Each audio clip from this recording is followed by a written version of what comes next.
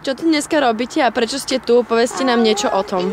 No my sme zástupkyne Únie pre nevidiacich a dnes sa koná Biela palica a organizujeme dopravnú výchovnú akciu. Zastavujeme vodičov, ktorí nezastavili na prechode, kde máme nevidiaceho a dávame im leták, aby sa poučili, aby na budúce to nespravili. A odkedy dokedy tu ste? Sme tu od 8 a tak maximálne 2 hodinky, podľa štatistiky. Stretli ste sa už aj s negatívnymi ohlasmi? Trošku, ale nie veľmi. Policajti ste tak chudní. A je to pre vás dobrý pocit, keď to robíte? Áno, hej, aspoň tým rodičom ukážeme, že si musia všímať aj iné veci. Dobre, ďakujem. Aj my.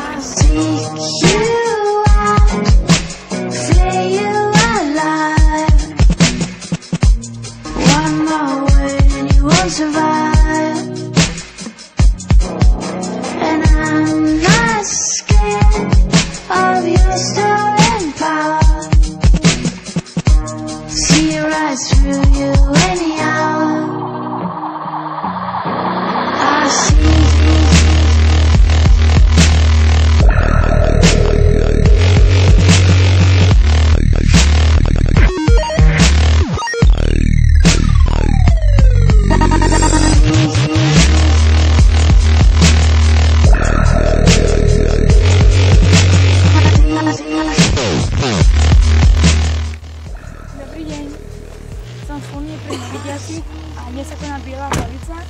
Robíme tú dopravnú výchovnú akciu a keď už si nezastavil, tak preto sa policajt zastavil. Nech sa páči, tu máte letáčik. Dobre, príjemnú cestu do rodiny.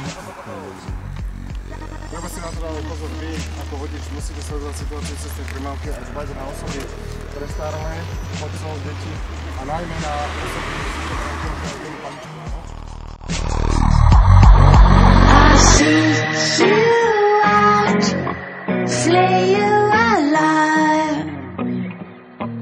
One more word and you won't survive. And I'm not scared of your stolen power. See right through you anyhow.